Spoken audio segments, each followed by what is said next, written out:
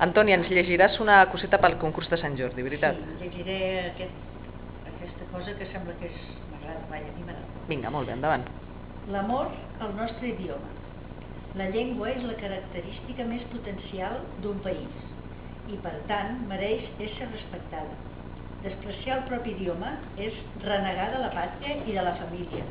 És ofendre la dignificació del verb, part essencial de la nostra vida i clara expressió dels més íntims sentiments. Qui menyspreia el seu idioma s'oblida de la pròpia dignitat i descendeix a una categoria miserable. Negar la virtut del llenguatge és no creure en la perfecció de l'home.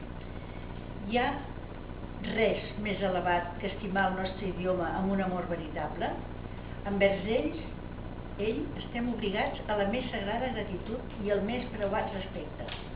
Amb l'idioma es comprenen les gents i ens transmeten els efectes.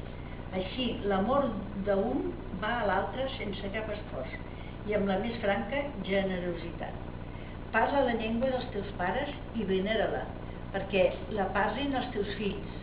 Si compleixes aquesta missió, et faràs digne i respectaràs a si mateix els costums del teu país.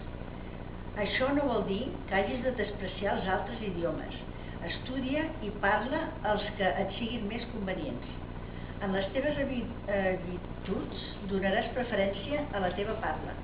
Això és, en la família, en els negocis, en les converses amicals, i aquesta preferència no es pot desprestigiar, no és per desprestigiar els altres idiomes, sinó que en fer-ho així, a més de complir un deure, expressaràs amb més claredat els pensaments i els efectes del cor.